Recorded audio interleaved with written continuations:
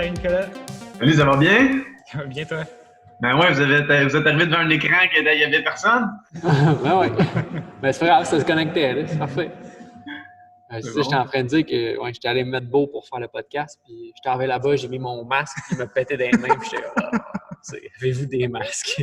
Ah, Il m'en a prêté un pour 2 piastres. En fait, il m'en a vendu un pour 2 piastres.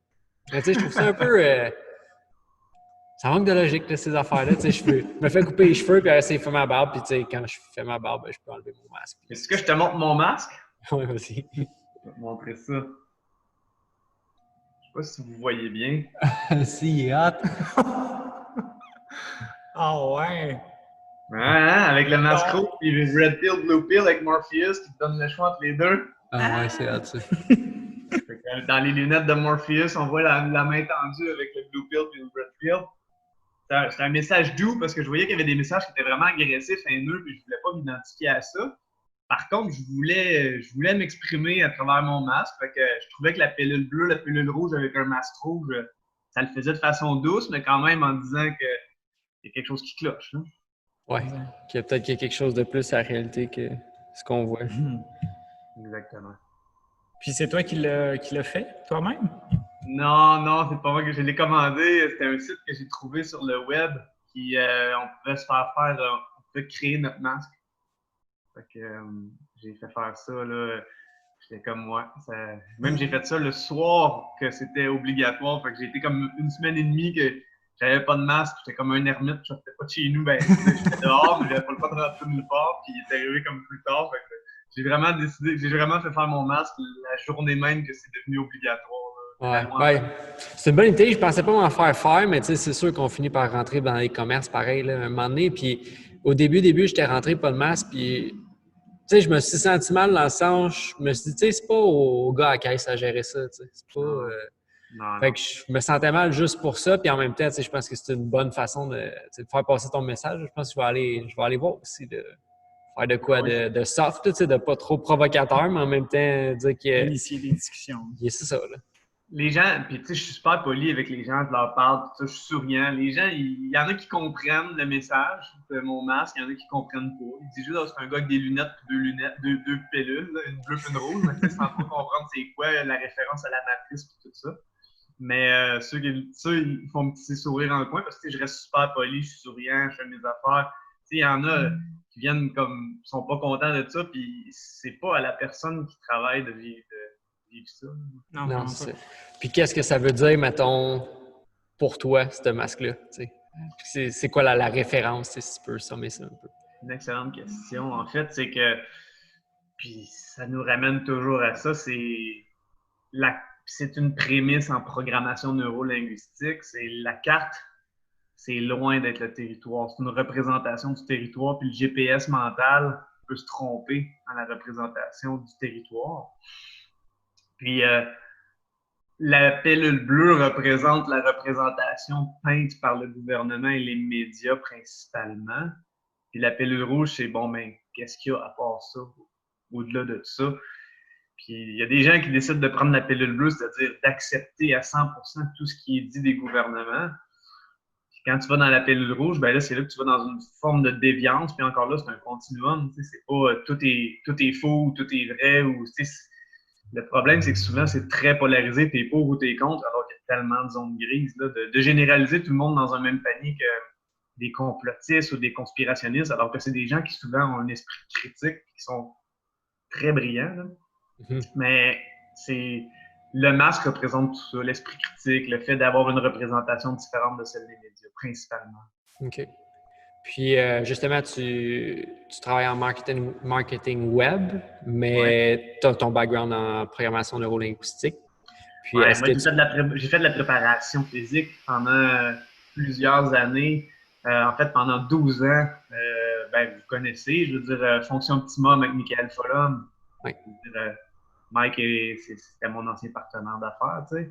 Puis, dans le fond, la PNL m'a énormément servi avec les athlètes. À la base, quand j'ai commencé à étudier la programmation neurolinguistique, c'était pour les athlètes, surtout les sports technico-artistiques comme le patinage artistique et ainsi de suite, où il y a énormément de stress avec les athlètes. Puis, à force de lire ça, puis oui, avec le marketing web, puis des échecs web qui sont arrivés, qui fonctionnent optimum, où est-ce qu'on s'est planté solide, ça a fait que je suis devenu très curieux sur les mécanismes, la psychologie de la vente aussi, avec la PNL, puis aussi, évidemment, les outils de marketing web. Mais en ce moment, avec ce qui se passe dans les médias, c'est justement qu'il y a deux aspects, puis c'est là que c'est vraiment le fun pour moi, c'est qu'il y a un aspect qui touche la santé. Puis, je suis quelqu'un que, en plus d'avoir, oui, j'ai étudié en kin, mais j'ai même été chargé de cours dans une université. Fait que, je suis quand même, en physiologie, j'ai quand même des relativement bonnes bases. Puis en plus de ça, j'ai étudié la PNL et le marketing. Fait que tout l'aspect, on fait passer un message, puis on a des lignes éditoriales vraiment précises, puis on va vous les programmer. Les deux, ça me stimule à fond. Donc, c'est sûr qu'en ce moment, quand j'ai pas de télévision à la maison, donc j'écoute pas les nouvelles. Tu sais, oui, je vais sur les médias sociaux, puis encore là, j'ai une application qui bloque mes médias sociaux de 9h le matin à 5h le soir. Fait que, tu sais, pour être productif avec ma clientèle et ainsi de suite. Donc, tu sais, ce qui arrive en ce moment, c'est que j'arrive là, puis quand je vais au gym, en ce moment, il n'y a plus de sport. En tout cas, nous autres, avant, c'était les sports au gym, maintenant, c'est les nouvelles. Déjà, c'est bizarre, mais bon, regarde ça, c'est comme ça dans mon gym. Mais là, je vois les sous-titres, puis je vois puis je suis comme, man, j'arrive chez nous, là, puis je dis à ma blonde, hey, check le pattern inductif, c'est une induction hypnotique qu'ils ont faite. Puis je l'analyse, puis tout ça, puis je sors mes dents, puis elle est comme, hey, tu pourrais écrire un livre là-dessus, tu sais. Puis est-ce que tu penses que c'est vraiment volontaire ce qu'ils font? Hey, c'est vraiment dur à dire si c'est volontaire ou non. Parce que j'en parlais un peu avec Sam justement avant le podcast, puis je me dis, tu sais, vu que tout est fait sur Internet maintenant, il y a tellement de clickbait, puis tu sais, on dirait qu'ils n'ont pas eu le choix de se peaufiner là-dedans. Fait que je me dis, ça doit être volontaire dans un sens, mais peut-être qu'ils ne se rendent pas compte des répercussions que ça a. Tu sais. En fait, ça peut aller vraiment loin. C'est-à-dire que, premièrement, oui, ils veulent vendre de la publicité. Donc, à ce niveau-là, c'est certain que oui, c'est volontaire de vouloir vendre de la publicité, donc d'attirer les gens à rester connectés. Puis la peur va aider à ça. Même si c'est un grand stresseur et que c'est pas très bon pour le système immunitaire des gens, ça reste que quand même, eux, c'est bon pour leur code d'écoute. Puis il y a aussi un aspect, les médias, là, depuis que la presse papier ne fonctionne plus parce que les gens sont sur le digital, les compagnies qui avaient du papier, ils ont été énormément subventionnés. Puis là, qu'est-ce qui est arrivé, c'est que les autres médias ils ont dit, nous aussi, on a besoin de subventions, sinon c'est de la concurrence déloyale. Le gouvernement, vous avez raison. Donc, le gouvernement a donné 600 millions en subventions à peu près tous les médias. Ce qui fait en sorte que le bon fameux proverbe qui dit on ne mord pas la main qui nous nourrit est vraiment, vraiment applicable. Donc, est-ce que c'est aussi le fait que maintenant, le gouvernement est leur patron? Puis là, on ne peut plus vraiment aller contre le gouvernement en plus. Le gouvernement, c'est qui son patron? Est-ce qu'on a perdu notre souveraineté à travers des ONG comme l'OMS? Je ne sais pas. Ça peut aller loin. C'est des interrogations. Puis la seule certitude que j'ai, c'est l'incertitude. Puis encore là, il y en a qui ça les déstabilise au maximum. Moi, je dis ça fait juste dénoter qu'on a une résilience au niveau psychologique, au niveau intellectuel, parce que effectivement, qu'en ce moment, la seule certitude que j'ai, c'est que je suis certain de rien.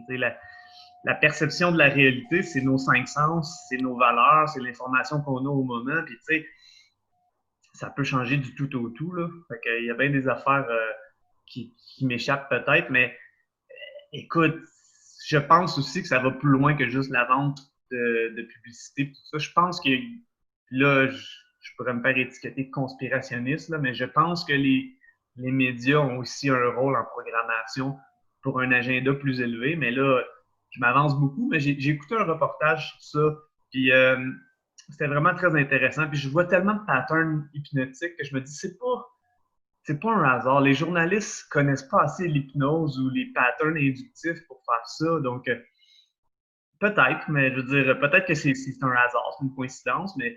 Ça fait beaucoup de coïncidences. Ça fait beaucoup de coïncidences, effectivement. Puis comment tu expliquerais, mettons, un pattern hypnotique? Mettons, les patterns hypnotiques, souvent, vont se faire de 3 manières. Il va y avoir, le premier, c'est un manque d'information. Donc, ils vont dire, Il va manquer de l'information. J'avais un exemple là, de Kelly Rodrigues sur Facebook. Salut Kelly, si tu nous écoutes. Puis, il a mis un post de TVA. C'était le premier chien qui a été testé positif à la COVID-19 est mort. Mais après, c'était ça le titre. Mais Kelly, lui, ce qu'il a mis en rouge, il a rajouté le titre, il a fait un screenshot, il a rajouté c'est du cancer. Il ne l'avait pas mis dans le titre qu'il était mort du cancer. Donc, les gens qui juste lire les titres, tu présupposes, avec le manque d'informations, qu'il est mort de la COVID-19, fait que ça te fait encore plus peur de la COVID-19. Tu sais. Parce que c'était marqué dans le texte, en fait. C'était écrit dans le texte, heureusement, mais sur le grand titre, c'est pas écrit. Fait que, bon, c'est un clickbait, oui, peut-être, mais ça reste un manque d'information. Puis un manque d'information, c'est un des. Il y a plusieurs formes de manque d'information. Puis ça, c'en est un qui est un pattern hypnotique. Le deuxième, c'est la distorsion de l'information. Ça, c'est souvent quand tu fais une relation de cause à effet, mais qui est mauvaise, mais tu dis c'est à cause de ça. Mais c'est peut-être juste une corrélation, c'est peut-être pas une cause à effet, mais il y en a tellement, là. Tu peux faire des liens un bon exemple que j'ai, c'est un moment donné, tu sais, je nommerai pas la personne pour pas me mettre des artistes à dos, mais c'est un artiste au Québec qui est quand même très connu. Puis, il y a quelqu'un qui a écrit quelque chose de vraiment pertinent. Puis, cet artiste-là, qui a vraiment beaucoup de followers sur Instagram, il a dit t'as pas de followers. Je pense qu'il y avait. La personne qui a écrit ça avait comme 10 followers sur Instagram, mais c'était vraiment pertinent ce qu'elle avait écrit. T'as pas de followers, t'es rien, t'es personne. On n'a pas besoin de ton opinion. Hey! C'est raide, là! C'est un artiste québécois connu qui a bien du monde qui a écrit ça. Ça, c'était comme. OK, ça, c'est une distorsion de l'information. Ton argumentation, c'est parce que t'as pas de followers, ce que t'as écrit, c'est pas crédible. C'est ça. Tu t'attaques au messager plus qu'au message, là? Oui, exactement. La relation de cause à effet, ça n'a aucun rapport l'un ou l'autre. Puis, bon, le manque d'information, la distorsion, puis le dernier, c'est les généralisations. Tout généraliser, tout mettre dans le même bateau. Puis là, de ces trois grandes familles-là découle une multitude de sous-catégories de chacun de ces trois points-là. Fait que, tu sais, on peut y aller, mais c'est souvent, ça va être un type X ou un type Y de distorsion, un type X ou un type Y de généralisation ou un manque d'information. On va voir ça, là, des distorsions, des manques d'information, des généralisations là, à côté des médias. Là. Puis, tu sais, en boucle, ça, c'est au niveau de la linguistique. Au niveau du neuro, c'est ce qu'on appelle principalement des ancrages. Un ancrage, c'est le meilleur exemple, c'est les chiens de Pavlov. Pavlov donnait du steak aux chiens, sonnait la cloche. À un moment donné, ben, sonne la cloche sans donner de steak. Les chiens, ils bavent pareil parce qu'ils ont fait une neuroassociation de la cloche avec le steak. Ça, c'est un ancrage qu'on appelle un ancrage auditif parce que c'est du son. Mais on peut faire des ancrages avec tous les sens. Ça peut être avec l'odorat, avec le toucher, kinesthésique et ainsi de suite. Fait que les médias, souvent, qu'est-ce qui va être? Ça va être la ritournelle de TVA. Mais ça, c'est ton ancrage auditif, comme quoi tu vas te faire servir la vérité si tu es bien programmé. Sinon, tu as les ancrages visuels, comme les grands titres. Fait que tantôt, quand je parlais de mon exemple du chien, le premier chien qui a été testé positif au COVID-19 aux États-Unis est mort. Ben là, tu as un sous-titre, puis tu manques l'information que c'est du cancer. Tabarnouche, là, t'es programmé, tu viens d'avoir un ancrage visuel qui te dit que tu as la vérité, puis tu manques l'information que c'est du cancer. Tu peux venir avoir peur vite, là. Fait que, tu sais, puis une population qui a peur, c'est une population qui est facilement influençable parce que quand tu es dans la peur, tu es dans tout ce qui est l'aspect du système limbique, l'amygdale, et ainsi de suite. Donc, tu n'es pas dans ton cortex préfrontal où est-ce que tu réfléchis de façon rationnelle. Donc, être dans les émotions à côté, ben, tu perds toute la raison. Là. Fait que, il y a tout cet aspect-là aussi. Encore là, c'est peut-être juste une coïncidence. On fait de la peur pour avoir des clickbaits pour vendre de la publicité. Ou est-ce qu'on veut servir le gouvernement qui nous a donné 600 millions? Ou c'est quoi la raison? Je la sais pas. Mais, moi, avec ma représentation de la réalité en ce moment, c'est ce que je vois. Puis je me dis, ça n'aide pas les gens à être plus en santé, ça, c'est certain. Puis tu as parlé, mettons, quand on est dans les émotions, c'est difficile de raisonner, tu sais. C'est une approche que, tu sais, j'ai un peu de difficulté avec ça parce que justement, je pense que on est tellement déconnecté de nos émotions, puis peut-être que si on y revenait, on serait capable de raisonner un petit peu plus parce que tu as sûrement... En fait, c'est de faire... Je veux être sûr qu'on fasse la nuance entre quel type d'émotion, en fait. Parce que, En tu sais, fait, c'est sûr que... c'est la peur parce que la peur, c'est fight or flight, c'est vraiment, tu tombes dans un mécanisme de survie. Les émotions comme l'amour, comme l'empathie, puis tout ça, là, on n'est pas dans un mécanisme de fight or flight, on est dans autre chose. C'est vraiment, quand je parle d'émotions, je parle vraiment, puis tu sais, ça rapporte aussi à la santé, puis au système immunitaire, c'est la charge allostatique. La charge allostatique, c'est ton stress global. Oui, s'il y a un lion, fight or flight, mais c'est correct que je sois stressé puis que je sécrète du cortisol à côté. Mais si j'ai peur 24 heures sur 24 d'un virus imaginaire que je vois pas, ben là j'en sécrète pour rien du cortisol, puis c'est pas bon pour mes récepteurs d'insuline, pour tout, là, tu sais, je veux dire, il y a tellement de trucs que ça va affecter, là, mais... Puis est-ce que tu aurais un truc, justement, en euros pour être capable de nous ramener du bon côté, si on veut, tu sais, pour qu'on arrête d'indulger dans des émotions de peur? Absolument. Un exemple qu'on peut faire, c'est de se créer des ancrages. Si faut décider quelle émotion qu'on veut activer. Je vais donner un exemple. Moi, si je veux avoir, je suis pas quelqu'un, ben puis là je parle de ça. On va parler de la peur, mais je pense aussi que ça peut être le doute. Le doute en soi, je pense que c'est encore plus présent que la peur. Quand on a des doutes, c'est surtout, moi je parle pour moi, je suis un entrepreneur, mais ça pourrait être la peur, ça pourrait être n'importe quoi. On peut au contraire penser à l'antagonisme, donc une sensation opposée. Donc moi, admettons, je donne un exemple pour moi, c'est plus simple comme ça parce que je le fais, tu sais. C'est admettons que j'ai un doute personnel sur un projet que je veux faire, vas-tu me mener à terme, ça va-tu fonctionner, ou je sais pas, je peux pas contrôler le résultat, mais je peux contrôler mes actions en pensant que je vais avoir un résultat. Mais ce que je vais faire, c'est que je vais dire, je vais me poser des questions, je vais me rappeler, je vais m'imaginer un souvenir qui est vraiment puissant, où est-ce que j'étais rempli de certitude. Donc, moi, vous pouvez faire l'exemple par vous-même, fermer les yeux et penser à un moment où vous étiez extrêmement, extrêmement, extrêmement dans un état de certitude, okay? Que vous étiez invincible, que tout allait bien, que vous étiez dans un flow. Puis moi, ce que je fais avec ça, c'est que je prends une goutte d'huile d'olive, pas d'huile d'olive, d'huile essentielle, excusez-moi, puis je m'amène dans le front, juste ici, je frotte. Ça pourrait être n'importe quoi d'autre comme ancrage. Moi, c'est un ancrage qui est kinesthésique parce que je me touche, puis olfactif parce que je le sens. Fait que j'ai un double, je vais chercher deux sens en même temps. Donc, à chaque fois que je sors mon huile essentielle, peu importe l'odeur, mais il faut que ce soit une odeur constante, puis que je me touche de la même manière, avec la même pression, tout ça. Mais ça, cet ancrage-là, si tu le fais une couple de fois, comme la cloche de Pavlov avec le steak, ben, même quand tu vas, mettons que tu es dans un état qui ne va pas bien, tu refais ton ancrage, tu vas revenir dans l'état que tu étais parce que c'est vraiment fort comment tu l'as rattaché. Donc, ça fonctionne super bien, puis ça va faire baisser le stress ou la peur, ou tout dépendant quelle réaction négative, parce qu'un ancrage peut se faire pour être dans un bon état ou dans un mauvais état. D'ailleurs, si tu fais ça peut être aussi, ça peut jouer contre nous, les ancrages, c'est-à-dire que, mettons, tu as une blonde, tu joues un mauvais tour, puis tu la touches en même temps, puis tu crées un ancrage négatif, puis tu la retouches de la même manière à un moment donné par rapport dans la vie, elle peut avoir le même mauvais feeling parce que tu y as créé un ancrage, parce qu'un ancrage se crée quand tu es au paroxysme de ton émotion, puis que là, tu fais quelque chose qui va stimuler un de tes sens, puis il y a une neuroassociation qui se fait. Fait que tu peux créer des ancrages négatifs avec quelqu'un que tu apprécies sans le savoir par inadvertance, mais tu peux t'en créer aussi de façon consciente en montant au maximum une sensation, puis en l'ancrant, en faisant une neuroassociation pour pouvoir la recréer dans des situations où tu as besoin de cette sensation-là. Puis, est-ce qu'il y a un moyen de se défaire d'un ancrage aussi? Tu sais, dans le sens que tu as vécu un traumatisme, puis est-ce que tu as des moyens pour ça?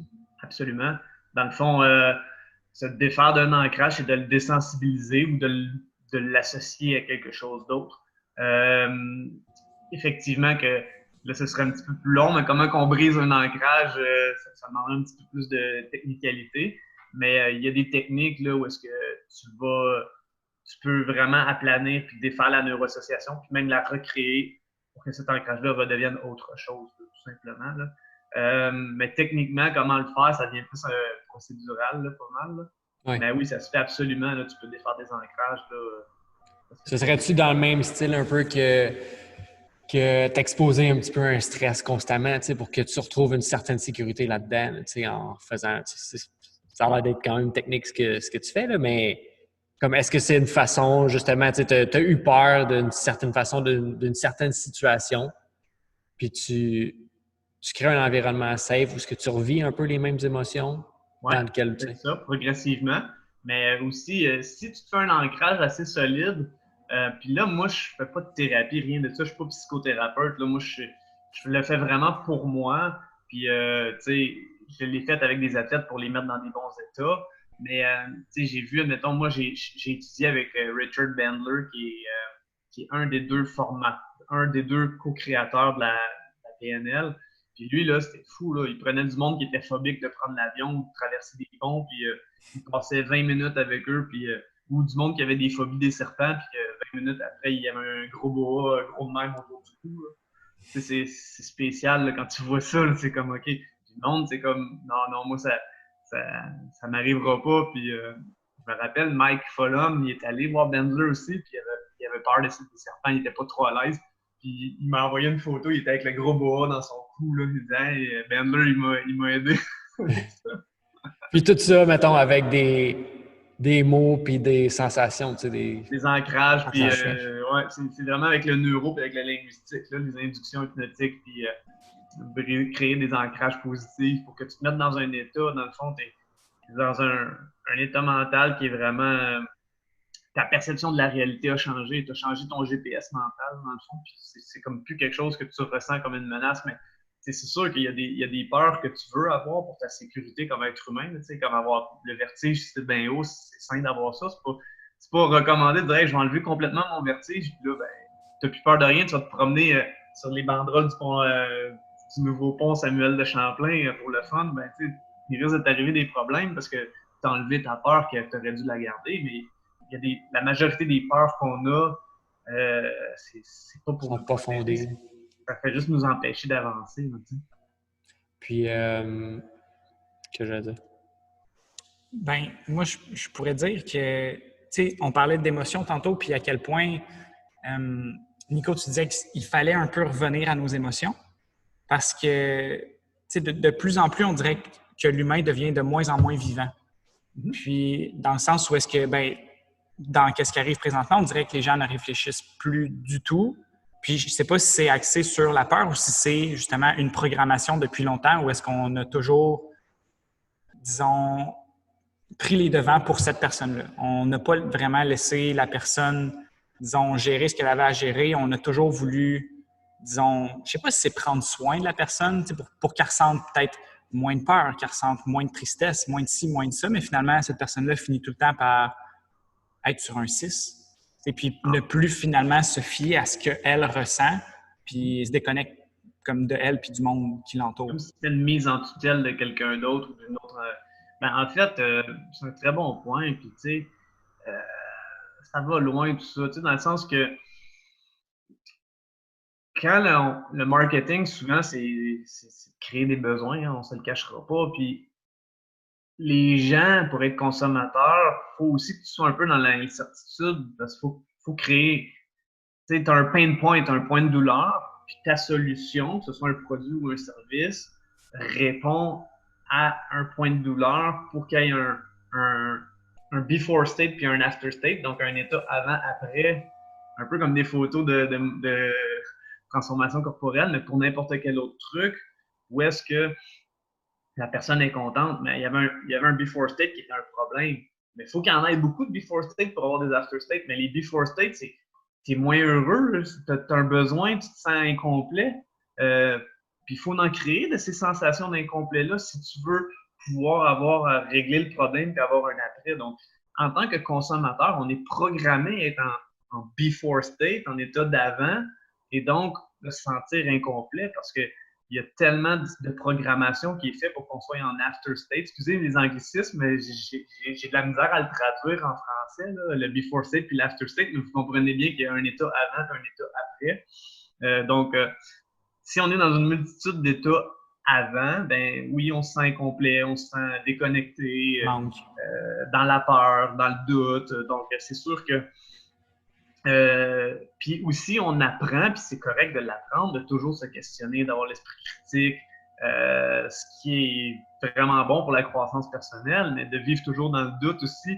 Il y a l'autre qui est trop fringant, qui pense qu'il a toujours raison, puis ça c'est problématique, mais d'être toujours dans le doute, c'est aussi très problématique. Donc, il y a vraiment un équilibre à avoir là-dedans. Puis c'est drôle parce que quand j'enseignais en faculté en kinésiologie, dans mes cours de méthodologie d'entraînement, je rentrais et je disais toujours à mes étudiants, vous êtes désavantagés parce que vous êtes à l'université. Là, le monde capotait quand je leur disais ça. Je leur disais, ah ouais, je suis très, très sérieux. Je dis ça, j'ai dit pourquoi? Parce que j'ai dit, l'université vous apprend l'esprit critique, mais vous apprend pas à vous vendre. Donc, quand vous allez arriver devant un client, à côté de Joe Blow qui n'a pas fait des études universitaires, puis ça va être le temps de vous vendre, lui, il va tellement être sûr de lui, il n'aura tellement pas d'esprit critique dans sa tête qu'il va vous clencher, puis c'est lui qui va partir avec le client. Puis vous allez avoir les poches vides. J'ai dit, faut apprendre à se vendre avec aucun doute et l'esprit critique viendra quand on va être dans le processus pour s'améliorer, pas nécessairement avec le client ou peut-être avec le client quand la relation va être bonne, mais de toujours avoir un esprit critique, surtout tout le temps, c'est peut-être pas toujours sain. Donc, il faut savoir quand avoir un. Puis encore là, ça peut être des ancrages. Là, je me mets dans un état de certitude, comme moi je fais souvent, comme je vous donnais avec mon exemple avec mon huile essentielle, où est-ce que là, je suis pas en mode esprit critique sur comment je peux m'améliorer. Là, je suis en mode je vends, puis je suis sûr de moi, puis il faut que je convainque quelqu'un. Mais c'est sûr que quand je vais être dans le processus, je ne serai pas toujours dans ce mode-là, sinon je vais me planter parce que je ne m'améliorerai pas ou je vais être chauvin, je vais penser que je suis le meilleur au monde, puis ben, je vais me faire clencher par quelqu'un d'autre qui, lui, justement, va toujours chercher à aller plus loin. Il y a beaucoup ça avec la formation continue aussi, avec les professionnels, peu importe dans quel domaine. Tu veux toujours être meilleur, mais aussi tu peux te mettre dans un état de t'es never enough, tu n'es jamais assez parce que il y a bien du monde en formation continue qui veulent te mettre dans un before state, avant leur formation puis après leur formation. Donc, il faut toujours être conscient de ça aussi, mais d'un autre côté, il ne faut pas dire ouais, il essaye de me programmer à être en before state, fait que moi, je ne ferai plus jamais de formation continue, puis là, tu n'avances pas. Donc, c'est toujours un équilibre là-dedans à avoir comme dans n'importe quoi d'autre. Oui, c'est beaucoup de nuances, tu sais. Puis on dirait que ça me fait penser un peu à Pilule Rouge ou, tu sais, que tu parlais tantôt. C'est d'apprendre à naviguer un peu ces illusions-là, tu sais, savoir qu'on a tout quelque chose à vendre, mais tu sais, d'un côté, si on se laisse vendre des fois, ben on va être une meilleure personne aussi parce qu'on va avoir appris quelque chose en bout de ligne, tu sais. Tandis que si on est juste réticent à tout, puis comme tu disais au début, si tout est faux, plus rien n'est vrai, ben là, on ne s'aide pas non plus. Mais non, absolument. Puis c'est drôle que tu dis ça parce que les bons vendeurs sont souvent ceux qui sont des bons acheteurs aussi. Moi, je suis bon vendeur, mais tabarnouche que je suis facile à me faire vendre aussi parce que je suis avec la personne, je vis le processus avec elle. Fait que je suis facile à convaincre, mais je suis très bon pour convaincre aussi. Fait que j'ai les deux. Mais c'est souvent ceux qui sont les meilleurs vendeurs qui sont les meilleurs acheteurs aussi. C'est-à-dire qu'ils sont. Les triggers, les points pour les activer sont plus faciles parce que la communication est vraiment. Tu les vois tout de suite, la valeur perçue, puis ainsi de suite dans les choses. Mais c'est aussi la même chose sur le fait que quand tu es un bon vendeur, mais aussi si tu te fais vendre, mais tu peux aussi, tu es très influençable. Tu es bon pour influencer, mais tu es influençable aussi. Donc, c'est give and take, ça, là, c'est des deux côtés. Oui, puis tu sais, ça, justement, c'est. Tu le sais de toi, en fait. Puis c'était un peu la solution qu'on essaie d'amener avec le gym puis avec qu'est-ce qu'on enseigne ici. On se sert de l'entraînement pour vraiment aider les gens à se connaître eux-mêmes. Puis du moment que tu te connais toi-même, ben, tu es moins susceptible de tomber dans le panneau de tout ça parce que c'est quand, justement, Big Data te connaît plus que toi-même puis c'est plus qu'est-ce que tu as envie que toi, tu sais ce que tu as envie, bien, c'est sûr que tu achètes tout puis que tu consommes à fond puis tu te sens tout le temps vide. T'sais. Puis je pense qu'il y a beaucoup de choses qui font qu'on est rendu là. Puis la solution que je vois vraiment, c'est de se connaître soi-même, parce qu'on vit dans un monde qui est hyper sensoriel. Puis comme Sam parlait tantôt, là, on vit tout le temps sur un 6 parce qu'on cherche tout le temps le plaisir, puis encore plus de plaisir, puis on vient désensibiliser à tout qui est vraiment hyper sensoriel, en fait. Fait que quand on n'a pas plus gros, plus le fun, puis plus majestueux, ben on est plus content. T'sais. On n'est plus capable de se satisfaire des petits plaisirs, des douceurs de la vie. 100% raison. Moi, je vais être honnête avec toi, là, moi, j'ai pas de TV chez moi. Okay? Je vais vraiment, vraiment, c'est très rare que j'écoute pas Netflix non plus. Je veux dire, je travaille puis je joue un petit peu ces médias sociaux. Puis il y a peut-être un an, je suis allé au cinéma avec ma blonde. Ça faisait genre 10 ans que j'avais pas été au cinéma. Hey, je te jure, là, ben elle aussi, là, d'ailleurs, ça fait 10 ans qu'on est ensemble qu'on veut jamais au cinéma. On capotait les yeux, on se regardait, là, stimulé. Puis le monde dans la salle, là, c'était bien normal pour eux, là. Ma blonde, là, c'était comme ah, on vit de quoi, là? Tu sais, c'est comme ça, c'est le fun de voir, tu sais, comme que tu peux aussi te désensibiliser, puis quand tu reviens, c'est comme l'expérience est encore plus. Quand on est sorti de là, on était comme wow, mais tu sais, je pense que les gens sont beaucoup déconnectés, puis moi aussi, hein, d'ailleurs, là, je suis le premier là-dedans, là, je pense qu'on est beaucoup déconnectés de nos émotions, mais aussi c'est parce qu'on c'est plus facile d'être consommateur comme ça. Tu sais, si par exemple, si tout le monde faisait pousser des. Là, je donne un exemple qui est utopique, mais tout le monde faisait pousser sa propre nourriture chez eux, puis n'allait pas faire l'épicerie, tout ça, ben, l'économie, elle roulerait pas mal moins parce que moi, en tout cas, je regarde mon budget, puis la bouffe, c'est une grosse partie de ça. On donne ça comme exemple, mais ça pourrait être n'importe quel autre exemple sur si on était tellement indépendant, autosuffisant. Au lieu d'Hydro-Québec, si moi j'avais des éoliennes ou des panneaux solaires assez pour toute mon électricité ou que je pouvais pédaler pendant 1 heure puis toute mon électricité fonctionnait pour la journée au complet, ben, il y a combien de jobs chez Hydro qui se perdraient si tout le monde faisait ça? T'sais? Je veux dire, l'économie est faite aussi sur le fait que faut qu'on consomme, puis il ne faut pas qu'on soit trop autonome, parce que si on est trop autonome, ça ne fonctionne pas. Donc, il y a tout cet aspect-là, mais l'autonomie, ça passe, oui, par ses besoins énergétiques, nourriture, et ainsi de suite, mais c'est aussi les émotions, tu sais. Là, je veux dire, ça va autant... Si on n'a pas de problème, on est tous en after state, tout le monde, je disais tantôt, ben, l'économie, il n'y a plus personne qui a des problèmes à régler parce qu'il n'y a plus de problème, il n'y a plus de valeur d'abord, tout le monde est correct. Fait c'est bon d'avoir des problèmes, mais des fois, il y en a qui en créent trop aussi, puis ça crée du stress, ça crée, là, on le voit avec le COVID-19, c'est que cette situation-là comme telle, ça crée énormément de tensions là, pour des polarités aussi sur les perceptions de la réalité des gens. Là. Donc, mais en même temps, si on écoute souvent, disons, les médias qui se nourrissent un peu de cette peur-là ou qui, bref, la mettent en avant-plan dans leurs publications, ben, je pense qu'à un moment donné, si on les consomme beaucoup, ces choses-là, ben, on n'a pas le choix de se désensibiliser. On n'a pas le choix à un moment donné de juste créer un peu un mur entre nous puis le monde, puis pour se faire une barricade, pour pas être tellement blessé de toutes les mauvaises choses qui peuvent se passer dans le monde. Ouais, on les accepte comme comme la vérité absolue, puis ça coule comme de l'eau. Ce que je dis souvent, c'est un poisson, c'est pas qu'il est dans l'eau. Quelqu'un qui écoute, puis je veux pas dire que les gens qui écoutent les médias sont des poissons, mais je veux dire, si tu écoutes les médias tout le temps, tu te rends pour acquis que c'est la réalité puis qu'il n'y a rien d'autre. Si c'est juste ça ta fenêtre sur le monde, la télévision, ben tu ne sauras pas qu'il y a d'autres choses, puis tu ne vas même pas oser questionner d'autres réalités, ça se peut même pas. Récemment, j'ai lu quelqu'un qui a écrit ça sur sa page Facebook, puis j'étais comme oh! Il riait des gens qui pensaient qu'ils pouvaient peut-être avoir des conflits d'intérêts au niveau pharmaceutique, puis que le COVID-19 aurait pu être un élément déclencheur de tout ça. Puis il disait, ça veut dire que les médecins seraient tous corrompus. Je disais, hey, wow, attends un peu, on met pas toutes on met pas toutes les pommes, je sais pas comment le dire, mais en tout cas, il ne faut pas tout généraliser. Pas tout dans le même panier. Ouais, c'est ça. Dans le sens que les médecins, c'est des gens formidables, veulent sauver des vies, c'est pas tant ça le problème. L'industrie pharmaceutique, ben, c'est une industrie qui est basée, c'est des actionnaires, c'est des compagnies qui sont en bourse, puis leur modèle d'affaires est basé sur le fait qu'ils vendent des médicaments aux gens malades. Si tu es en santé, ben, tu es déjà en after state, t'as pas de problème, tu n'es pas en before state.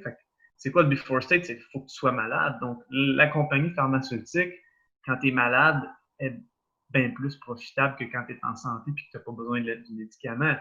Ceci étant dit, est-ce que ça veut dire que c'est eux? Pas nécessairement, mais il faut quand même penser que est-ce que c'est une piste plausible? Peut-être que oui, peut-être que non. Il faut juste se réfléchir à dire que c'est pas complètement farfelu comme les gens, certains capotent et qui disent il faut juste croire les médias, ça n'a aucun sens. C'est arrivé à cause que quelqu'un a croqué une chauve-souris en Chine. OK, peut-être, ça se peut, je sais pas. Oui, puis c'est ça, je pense que quand on a pris la pilule rouge, là, je pense qu'on se rend compte justement qu'il y a vraiment beaucoup de possibilités.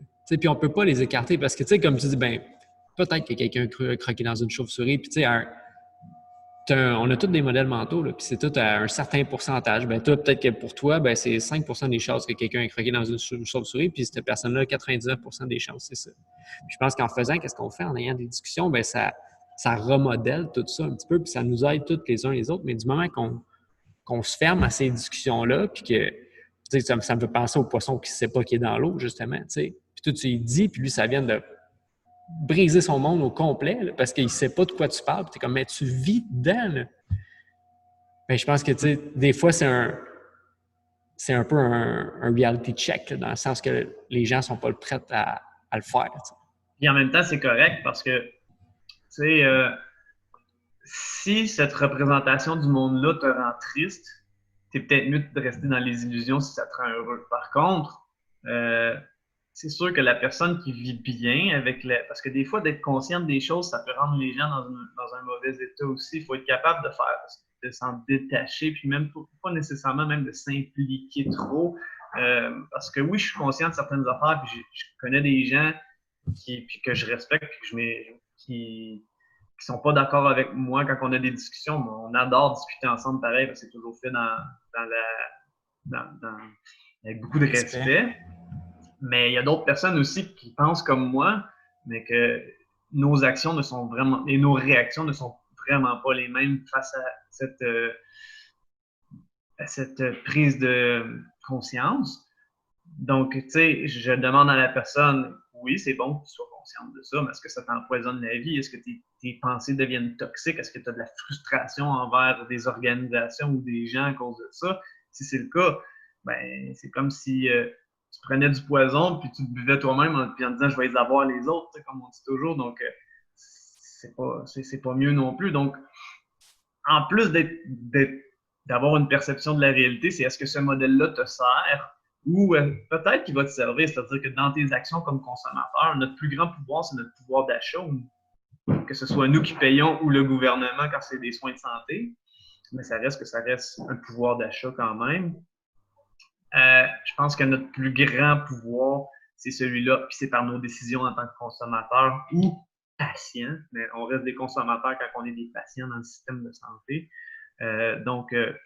Puis consommateur, si on est en santé préventive, parce qu'on n'est pas encore des patients, je pense que ça va beaucoup par là. Puis moi, en tout cas, le fait d'avoir des prises de conscience qui vont à l'encontre de ce que les médias peuvent dire souvent, je ne veux pas dire tout le temps, mais souvent ce que les médias disent, ben ça me rend heureux, puis ça influence mon pouvoir d'achat, où est-ce que je vais faire différent souvent des autres dans mes décisions d'achat.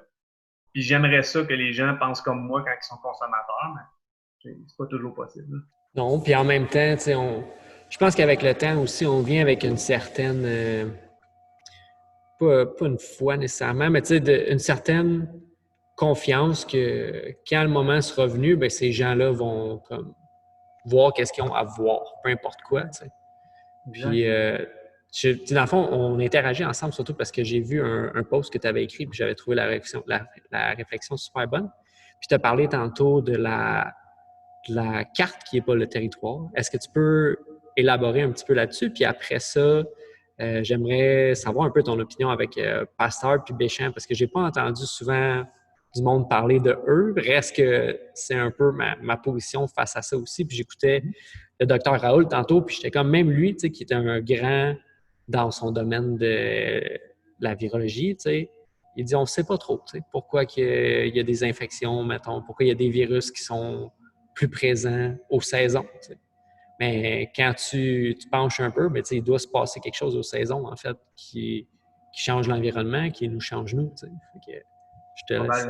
Probablement, oui, effectivement. Oui. Non, écoute, c'est sûr que quand je parlais de la carte des pôles territoires, premièrement, juste nos sens, nos 5 sens. On n'a pas tous la même manière de percevoir le monde. Peut-être que ton ouïe est bien meilleur que la mienne. Peut-être que ma vision est bien meilleure que la tienne. Peut-être qu'au niveau kinesthésique, tu es plus développé d'une place ou de l'autre. Donc, c'est sûr que la manière qu'on reçoit le monde, c'est différent. Ensuite de ça, tes connaissances, tes expériences personnelles et professionnelles sont probablement complètement différentes des miennes.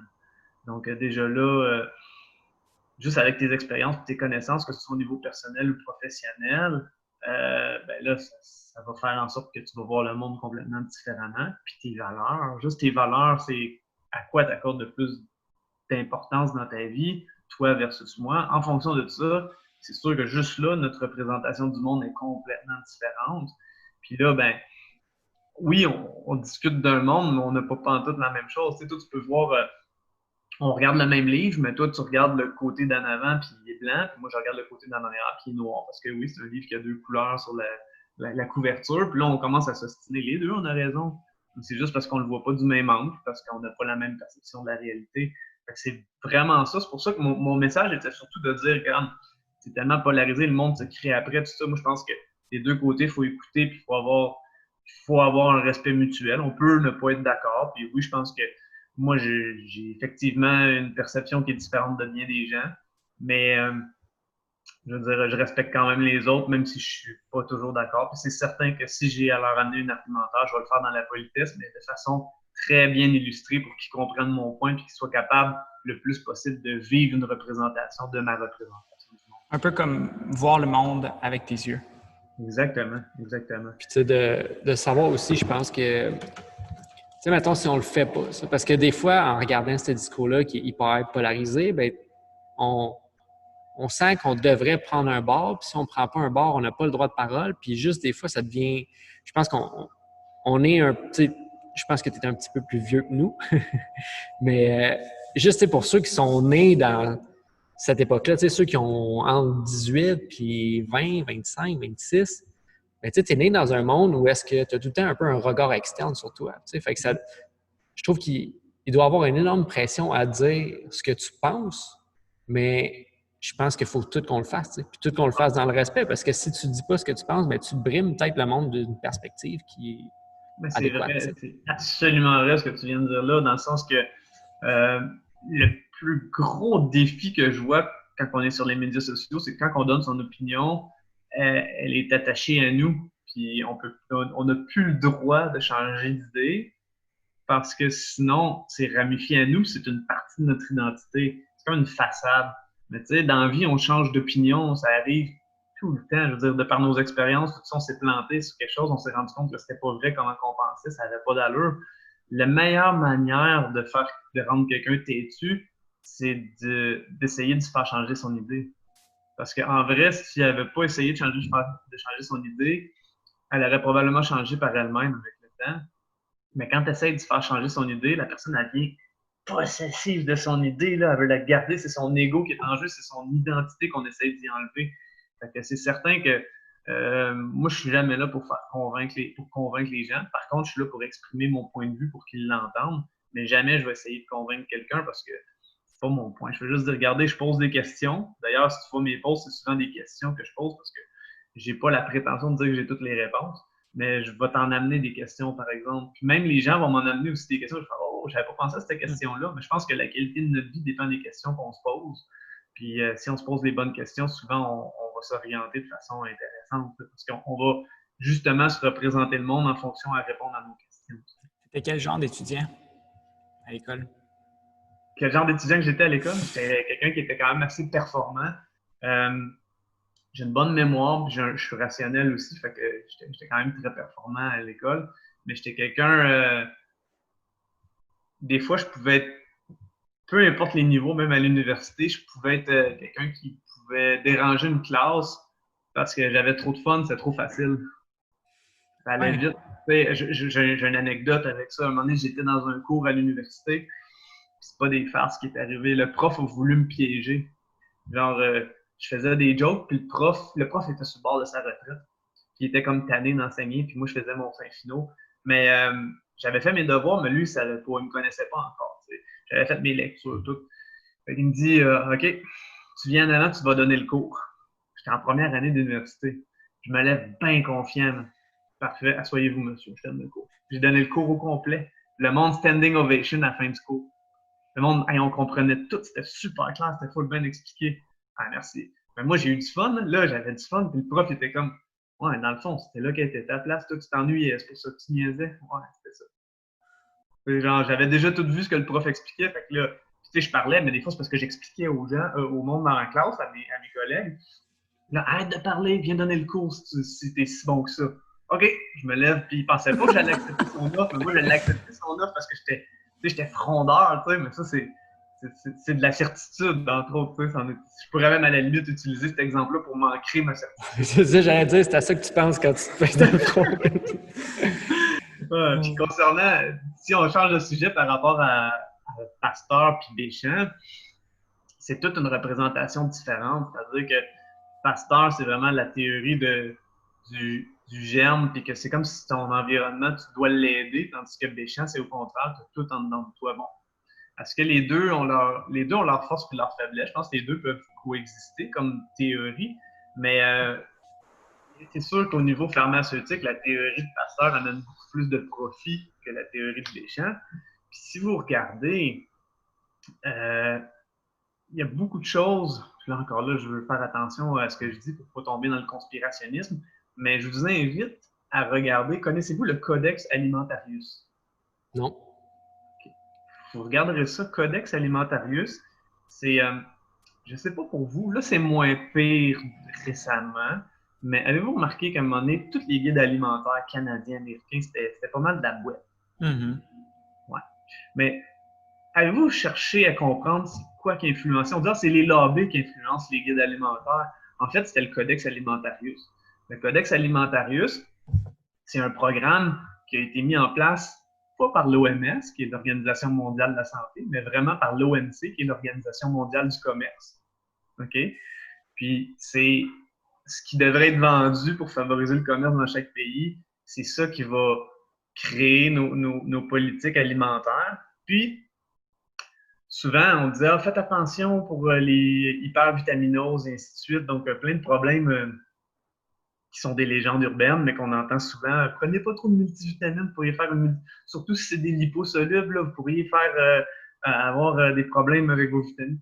Ça vient d'une mentalité qui est, quand on dit un poisson, c'est pas qu'il est dans l'eau, mais souvent les nutritionnistes, entre autres, avaient tendance à beaucoup, ce qu'ils apprenaient à l'école, provenait beaucoup des politiques du Codex Alimentarius. Donc, si vous faites vos recherches sur le Codex Alimentarius, vous allez voir que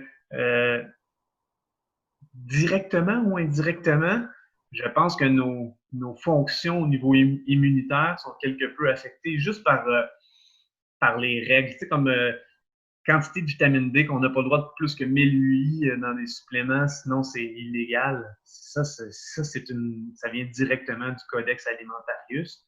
Puis, il n'y a pas de preuve là-dessus, il n'y a rien de... Ce qui est ridicule quand même quand on sait que si tu fais une recherche, tu peux voir des UI de genre 40 000 pour si tu as un début de grippe, par exemple. Absolument. Mais le Codex Alimentarius, c'est quelque chose à vraiment étudier. Il y a une docteure Rima, elle, quelque chose, je ne me rappelle plus son nom de famille, mais elle est vraiment intéressante. Vous pourrez trouver sur YouTube des vidéos de elle. Il y en a un, entre autres, c'est vraiment bon. Ça date des années 90, mais c'est tellement d'actualité. C'est un documentaire, c'est une vidéo de 45 minutes. Là. C'est vraiment intéressant. Puis l'autre chose, c'est un autre documentaire qui fait vraiment réfléchir au niveau santé dans une perspective où est-ce que la possibilité qu'il y ait des conflits d'intérêts au niveau pharmaceutique avec les maladies, c'est un documentaire qui a été lancé il y a peut-être 5-6 ans, puis que le gars a gagné en Cour suprême. C'est pas connu, ce documentaire-là, là, mais c'est le chercheur Richard Brzezinski. Brzezinski, lui, ce qu'il a fait, c'est qu'il a, dans le fond, il a fait je ne sais pas en quelle année, mais lui, il a découvert, OK? Il a découvert un médicament pour le cancer, OK? Puis le documentaire, ça s'appelle Cancer is Serious Business. Puis dans le fond, c'était une de ses scientifiques en chef qui a été engagée par le CDC, le Center for Disease Control aux États-Unis, puis ils ont essayé d'y voler son brevet, tout ça, parce que le CDC n'avait pas le brevet sur ce médicament-là contre le cancer. Puis Brzezinski, lui, est basé au Texas. Puis il a il a amené le gouvernement, en fait le CDC en Cour suprême qui a gagné. Puis c'est Cancer is Serious Business. C'est tout un documentaire à écouter aussi. Puis quand on arrive, pourquoi je pointe le Codex Alimentarius puis le documentaire Cancer is Serious Business? Parce que sans même qu'on parle de d'autres documentaires plus récents qui ont été galvanisés et même étiquetés comme fake news, comme pandémique, tout ça, sans même avoir regardé ces documentaires-là, juste avec Cancer is Serious Business, puis juste connaître comment que le Codex Alimentarius fonctionne. Déjà là, dans ma représentation du monde au niveau santé, je sais qu'il y a des possibilités que les compagnies pharmaceutiques aient une influence dans l'équation, parce que eux, comme je disais, ils ont avantage à ce que les gens soient dans un certain état. Puis, l'autre chose aussi, c'est que, OK, oui, il y a tout ça, là, mais tout ce qui est, comment je pourrais dire, tout ce qui a rapport avec la santé holistique, on le met de côté. Avez-vous remarqué comment que ça a été vraiment intense? Sur Instagram, Natural Immunity, le hashtag Natural Immunity qui a été supprimé. Tu sais, essaies de faire hashtag Natural Immunity, là, il n'y en a plus là, sur Instagram. Tu sais, c'est des choses comme ça qu'on se dit, il y a anguille sous roche, il y a quelque chose qui se passe, tu sais, mais je me pose juste des questions, j'ai pas les réponses, tu sais. L'autre chose, c'est que, bon, là, je vais encore très loin, mais ces compagnies pharmaceutiques-là, est-ce qu'elles influencent les formations, les cursus universitaires des médecins qui, eux, sont très, très, très, très formés, c'est-à-dire qu'ils font des grosses études, puis oui, ils sont vraiment dans l'amour de leurs patients, puis ils veulent que ça réussisse, puis c'est des êtres humains en or, les médecins, mais est-ce que, comme le poisson qui ne sait pas qui est dans l'eau, je ne veux pas traiter les médecins de poissons, mais je veux dire, inconsciemment, est-ce que ça se pourrait que le médecin soit formé par Big Pharma dans ses études? Il y en a qui disent que ça n'a aucun sens, la physiologie, c'est la physiologie. Je suis d'accord, la physiologie, c'est la physiologie. C'est pas tant pour les cours de physiologie que les cours de c'est quoi les traitements, c'est quoi les médicaments qu'on donne quand on traite cette maladie-là. C'est vraiment plus là que tu sais, j'ai plus un défi, tu sais, puis la philosophie de Béchamp ou médecine fonctionnelle ou naturopathie, c'est vraiment, on traite au niveau des racines le problème, c'est-à-dire les minéraux, les nutriments, les voies métaboliques, comment ça fonctionne en fonction de ce qu'on mange et ainsi de suite. Alors qu'en médecine allopathique, qui est la médecine traditionnelle, on traite au niveau des feuilles. Les feuilles sont maganées, on va faire ça à la feuille. On va donner un médicament à la feuille. Mais dans le fond, c'est au niveau des racines, c'est à la base où est-ce qu'on assimile nos nutriments, puis les voies métaboliques, tout ça.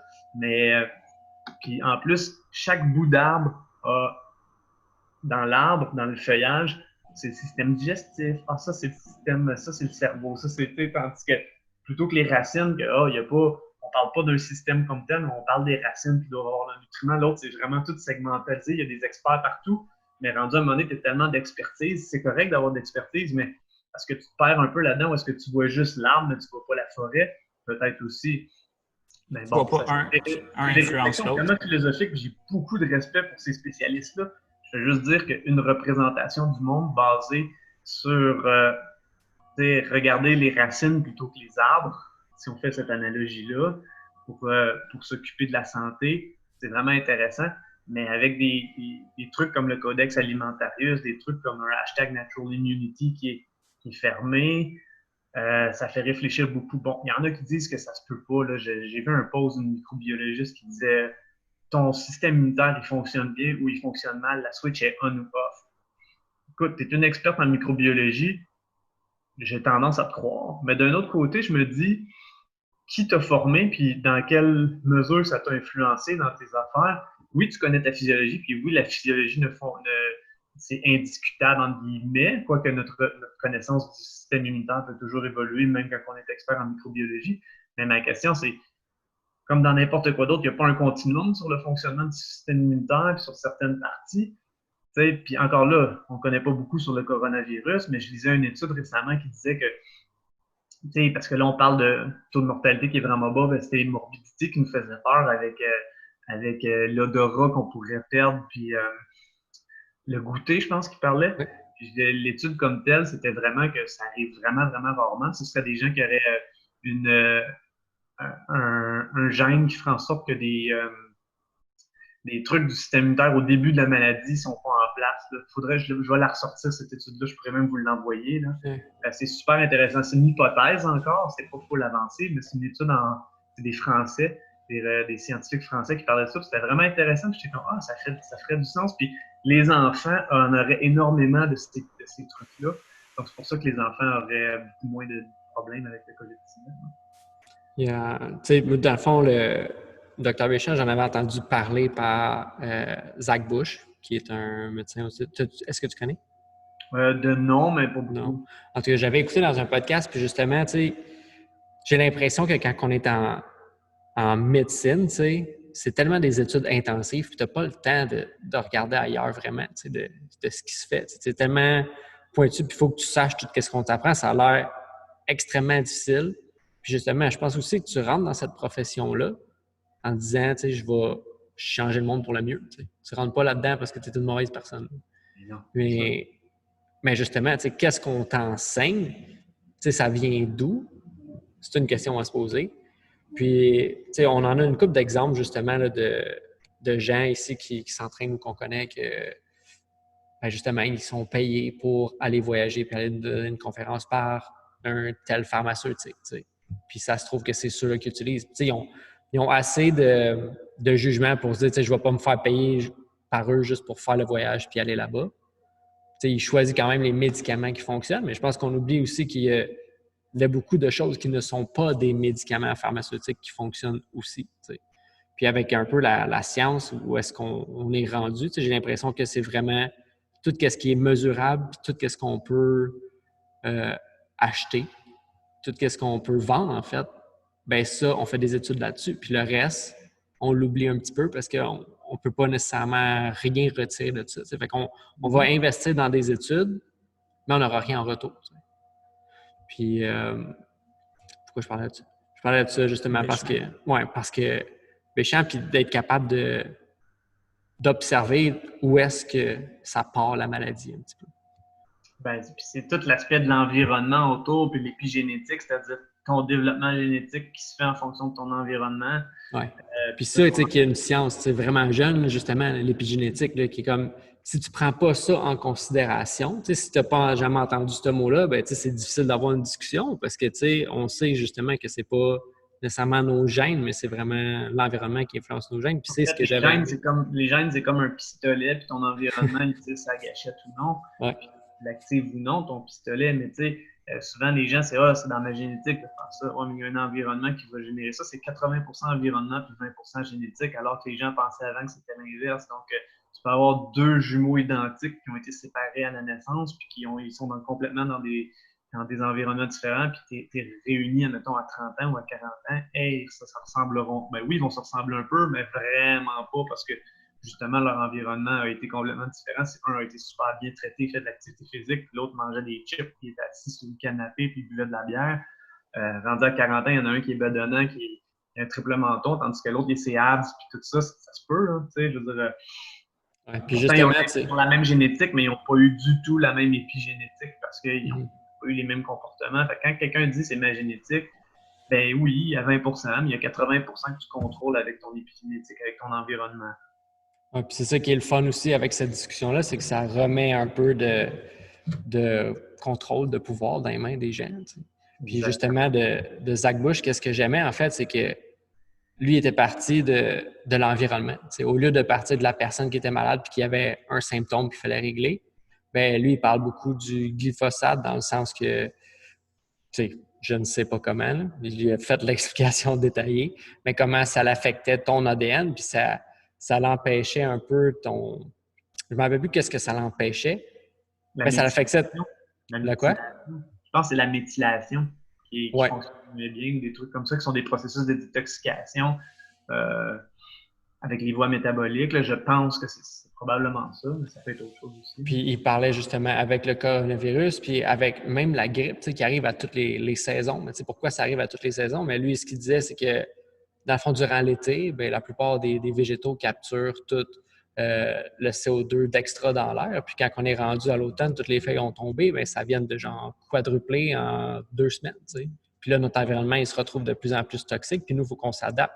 Puis ce qu'il disait, c'est qu'il disait que les virus étaient là pour nous aider à faire un petit peu cet upgrade génétique-là à l'environnement. Puis du moment qu'on est en accord avec notre environnement, bien, on est en meilleure santé. Puis c'est sûrement beaucoup de ce qui se passe présentement. On est juste en désaccord avec nous-mêmes, avec l'environnement, puis on se demande pourquoi tout le monde est malade. Ben, tu sais, il faut pas chercher si loin que ça, mais il faut chercher plus loin qu'il nous manque un vaccin. Oui, non, il y a pas mal plus que ça c'est certain. Donc, effectivement, c'est vraiment plus l'environnement. Puis, tu as raison. Écoute, autant que glyphosate, les monocultures et ainsi de suite, il y a tellement de choses là, qu'on voit que c'est comme, OK, effectivement, que l'environnement, on ne l'optimise pas pour nous aider. Là, ça, c'est sûr. On ne l'optimise pas pour nous aider, puis on dirait qu'il ne fait plus partie du parlais d'équation tantôt. On dirait que l'environnement ou la nature, ou notre côté un peu plus spirituel, ou de voir le monde comme étant une unité, ça, on dirait non plus que ça ne fait plus partie de notre équation, malheureusement. Effectivement, on est déconnecté.